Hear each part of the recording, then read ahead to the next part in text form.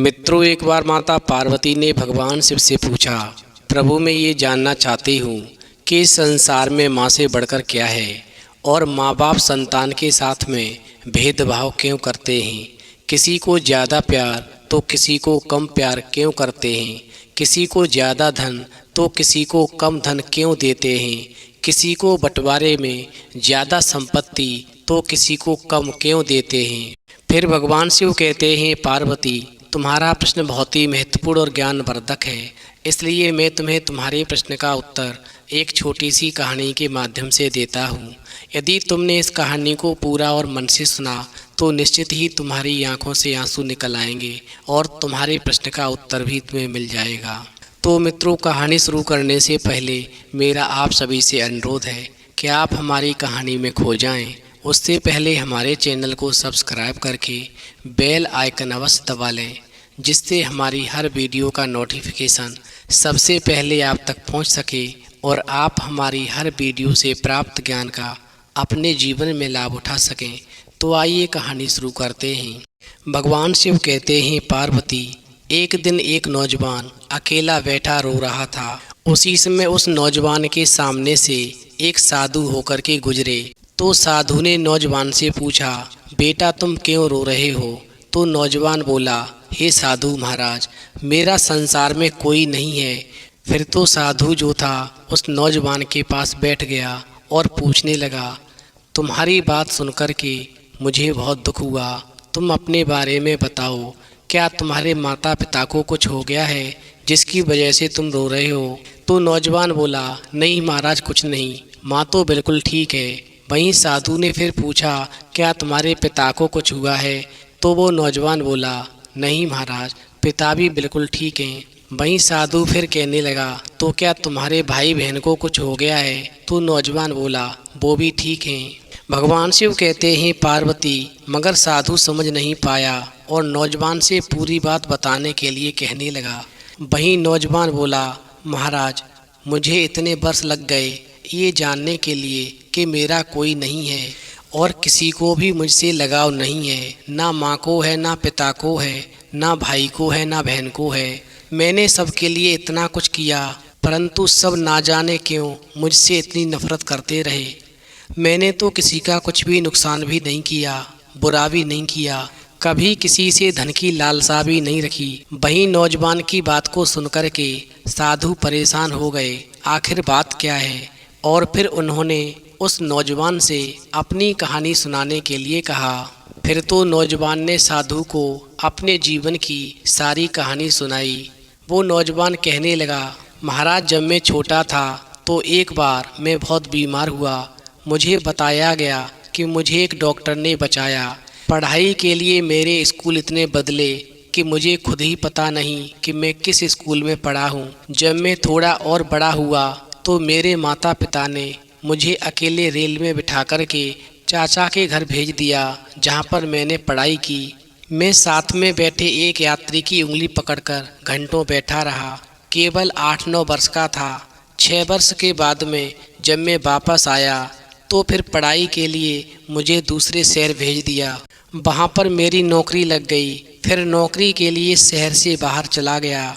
वहीं मैं बरसों अकेला रहा और जब भी माता पिता से या भाई बहनों से मिलने के लिए आता तो कोई भी मुझसे सीधे मुंह बात नहीं करता और सभी मेरा अनादर करते थे। समय धीरे धीरे गुजरा। फिर मेरी शादी हो गई तो माता पिता ने मुझे घर से निकाल दिया। फिर भी मैं निभाता रहा। मैंने और मेरी पत्नी ने मिलकर के परिवार को जोड़ने की बहुत कोशिश की, परंतु कोई भी हमसे रिश्ता रखना नहीं चाहता था। फिर तो उस नौजवान की बातें सुनकर के साधु की आंखें नम हो गईं और साथ ही नौजवान की आंखें भी। वहीं नौजवान ने आगे बताना शुरू किया कि फिर मेरी नौकरी बाहर दूसरे राज्य में लग गई और हमें वहां जाकर रहना पड़ा। परंतु जब भी मैं वापस अपने माता पिता या भाई बहन से मिलने आता तो हमेशा रोकर ही वापस जाता, क्योंकि मेरे लिए किसी का भी व्यवहार नहीं बदला था। चूँकि पिता की उम्र हो चुकी थी, पिता बीमार रहने लगे। उनकी देखभाल के लिए जब भी मैं आता तो 4 बातें सुनकर ही जाता। वहीं साधु ने नौजवान के सर पर हाथ रखकर उसको शांत करने की कोशिश की, परंतु नौजवान अपनी बात सुनाना चाहता था। नौजवान ने फिर बताना शुरू किया, महाराज, मेरे पिता की मृत्यु पर कोई नहीं आया और केवल मैंने और मेरी माँ ने पिता की मृत्यु के बाद के सारे कार्य पूरे किए। मैं ये सब देखकर हैरान था कि जिन बच्चों को हमेशा मेरे माता पिता ने सबसे ज़्यादा प्यार किया, उनकी आर्थिक सहायता की, वो मेरे पिता के गुजर जाने के बाद उनसे इतने दूर कैसे हो गए। और फिर सबने मुझसे ही कहना शुरू कर दिया कि अब मुझे ही अपनी माँ का ख्याल रखना है और अपने पास रखना है, क्योंकि अब मेरे और भाई बहनों को मेरी माँ से कोई मतलब नहीं था। वहीं नौजवान की बात को सुनकर के साधु की आंखों से आंसू आ गए और फिर नौजवान जो था आगे की घटना बताने लगा।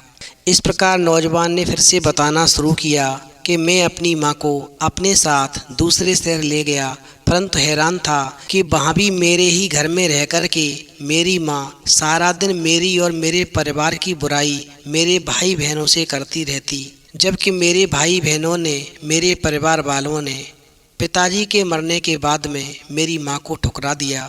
वो पिता की मृत्यु पर भी नहीं आए। मैंने ये सब अपनी आंखों से देखा, फिर भी मैंने अपनी माँ का बहुत ख्याल रखा। शायद मेरी माँ का व्यवहार बदल जाए और मेरे प्रति अच्छा हो जाए, मुझसे प्यार करने लगे जिस प्रकार मेरे और भाई बहनों से करती है। मैंने यहाँ तक माँ का ख्याल रखा कि पहले खाना अपनी माँ को खिलाते, फिर बाद में हम खाते। परंतु इतना करने के बावजूद भी मुझे यही महसूस हुआ कि मेरी माँ को या मेरे परिवार को मुझसे कोई लगाव नहीं है। वहीं कुछ दिन रह कर के मेरी माँ वापस अपने शहर जाने की जिद करने लगी और फिर मैं उनको वापस ले आया। फिर वही शुरू हो गया। मेरे लिए मेरी माँ और मेरे भाई बहनों के दिल में केवल नफरत ही थी। जो भाई बहन अपने खुद के पिता के देहांत के बाद में मिलने भी नहीं आए, वो ही मेरी माँ को हमेशा सगे लगते थे और आज भी लगते हैं। मैंने अपनी माँ को बहुत समझाने की कोशिश की, परंतु वो नहीं मानी। आखिरकार मेरे छोटे भाई के घर रहने चली गई। भगवान शिव कहते हैं पार्वती। वहीं साधु ने आगे पूछा, बेटा फिर क्या हुआ? तो वो नौजवान बोला, महाराज, फिर एक दिन अचानक उन्होंने वापस आकर, यानी मेरी माँ ने वापस आकर फिर मेरे साथ रहने का फैसला किया।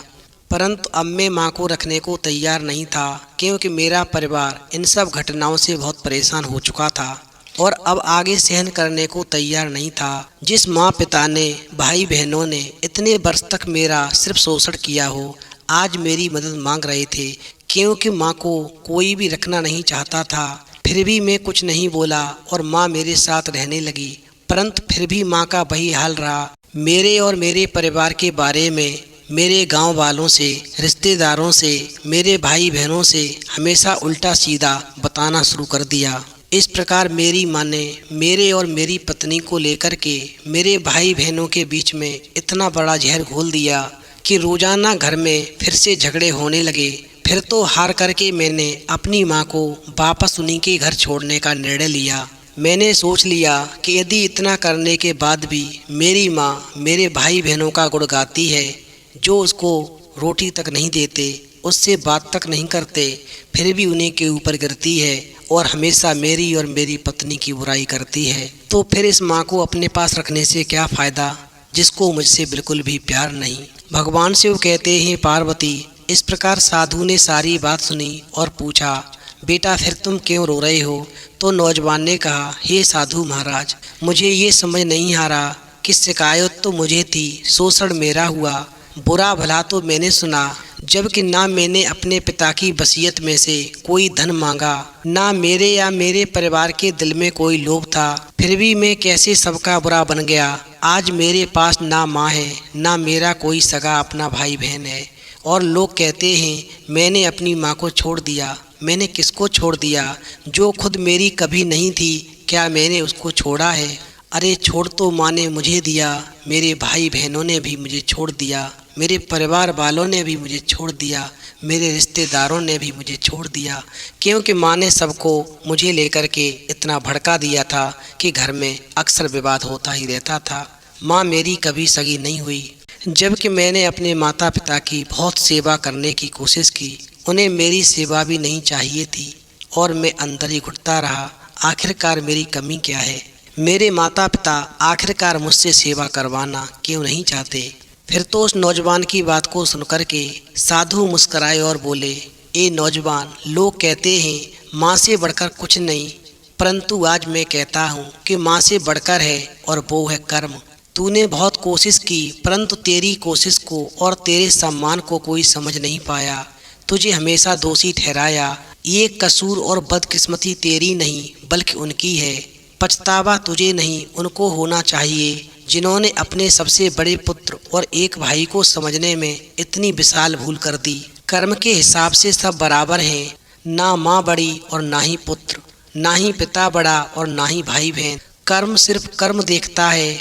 आज तेरा यूं अकेले बैठकर ये सोचना ही बताता है कि तेरी तरफ से तूने बहुत कोशिश की, परंतु जब उनके भाग्य में ही तुझसे सुख प्राप्त करना नहीं था तो कहाँ से मिलता। इसमें तू क्या करेगा? इसलिए पछताना छोड़ और अपनी पत्नी के साथ में अपने परिवार और अपने भविष्य को संवार। लोग कहते हैं कि संसार में माँ से बढ़कर कुछ नहीं, लेकिन मैं कहता हूँ संसार में माँ से बढ़कर कर्म है, जो सभी को समय आने पर भुगतने ही पड़ते हैं, फिर चाहे रिश्ता जो भी हो। और ऐसा कहकर के साधु वहाँ से चल दिए, साथ ही वो नौजवान भी। अंत में भगवान शिव कहते हैं, पार्वती हमेशा ध्यान रखना, लगाव, सम्मान और भावनाएं एक तरफा नहीं होती। बिना लालच या लोभ से की गई सेवा धर्म के समान होती है और सही गलत का फैसला कर्म के आधार पर होता है। माँ तो माँ होती है, परंतु पुत्र भी पुत्र ही होता है और कर्म और भाग्य की माने तो दोनों ही बराबर हैं। जो माँ बाप अपनी संतान से बराबर प्यार करते हैं, संतान में कभी भेदभाव नहीं करते, बंटवारा हमेशा समान करते हैं, कभी एक दूसरे की चुगली नहीं करते, घर में कलह पैदा नहीं करते, ऐसे माता पिता को सभी संतान से सुख की प्राप्ति होती है और अंत में उन्हें स्वर्ग में स्थान मिलता है। ये भी सब कर्मों का खेल है। जो जैसा कर्म करेगा उसे भुगतना ही पड़ेगा। किसी माँ बाप को संतान का सुख प्राप्त होता है, किसी की किस्मत में संतान का सुख नहीं होता। जो व्यक्ति जैसे कर्म करता है उसे वैसा फल भुगतना ही पड़ता है। कर्म कभी पीछा नहीं छोड़ते, इसलिए कभी भी संतान में भेदभाव न करें, संतान को बराबर दर्जा दें, बराबर माने और परिवार में सुख की जिंदगी जिए। तो मित्रों, यदि आपको कहानी पसंद आई हो तो प्लीज़ आप हमारे चैनल को सब्सक्राइब करें और वीडियो को अधिक से अधिक शेयर करें। अपने संतान को ये कहानी ज़रूर सुनाएं, हर माँ बाप को भी ज़रूर सुनाएं, जिससे कि माँ बाप को संतान का सुख प्राप्त हो सके।